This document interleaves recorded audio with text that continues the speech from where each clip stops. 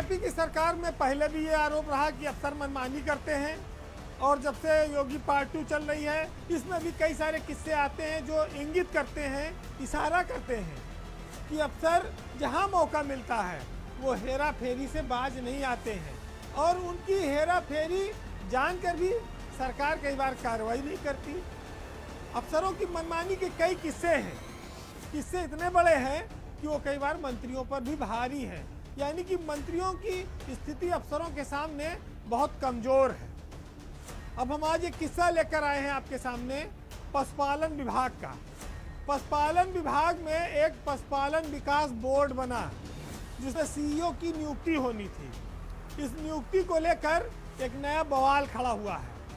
बवाल ये है कि बीजेपी के ही कुछ नेताओं ने बोर्ड के जो सीईओ की नियुक्ति हुई डॉक्टर नीरज गुप्ता की, उनकी नियुक्ति पर सवाल खड़े किए हैं, पक्षपात के आरोप लगाए हैं और उनको अपात्र बताया है। अब वो कैसे? पशुपालन विकास बोर्ड में जो सीईओ हैं डॉक्टर नीरज गुप्ता, उनके लिए बताया जाता है कि एसीएस रजनीश दुबे, जिनका नाम आते ही आप जान जाएंगे, उनकी सब इसके पीछे हाथ है, उनका बर्दाश्त है। जो विज्ञापन निकाला गया था उसमें 10,000 ग्रेड पे में वो अफसर होना चाहिए, लेकिन नीरज गुप्ता तो सरकारी सेवक थे ही नहीं, वो पार्ले एग्रो इंडस्ट्री में थे, तो वहाँ पर ग्रेड पे कहाँ से मिलेगा प्राइवेट सेक्टर में? उस योग्यता को वो पूरा नहीं करते।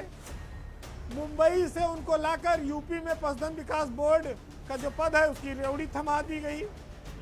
नीरज गुप्ता की नियुक्ति पर बीजेपी के नेता ने सवाल खड़े किए हैं, मंत्री को और मुख्यमंत्री को चिट्ठी लिखकर रजनीश दुबे की अनियमितता के खिलाफ की ओर सरकार का ध्यान आकृष्ट किया है। नीरज गुप्ता पर यह आरोप है कि उनकी नियुक्ति अनियमित तरीके से कम योग्यता और कम अनुभव रखने के बावजूद सीईओ पद पर की गई है, जबकि इस पद पर जो कार्य है वो पशु प्रजनन और उत्पादकता बढ़ाने के लिए इसका पूरा ढांचा बनाया गया है। कहते हैं कि जो डिजायरेबल क्वालिफिकेशन पूरी नहीं करता वो कैसे सीईओ बन सकता है। जब विज्ञापन निकला था तो उसमें एक शर्त ये भी थी कि जिसके पास वेटनरी की प्रैक्टिस करने का या रिसर्च का 9 साल का अनुभव हो वही जो है इस पद के अहर्य होगा।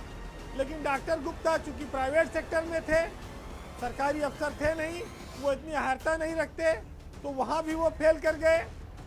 महत्वपूर्ण बात यह है कि जो एक स्क्रीनिंग कमेटी बनी थी सीईओ के चयन के लिए, उसने क्या देखा? 25 आवेदन आए थे, मात्र 6 लोगों को इंटरव्यू के लिए बुलाया गया, और पहले से यह तय था कि डॉक्टर नीरज गुप्ता, जिनकी अहर्ता ना हो उसके बावजूद उनको इंटरव्यू में बुलाया गया और उनका चयन भी कर लिया गया। कैसे कर लिया गया?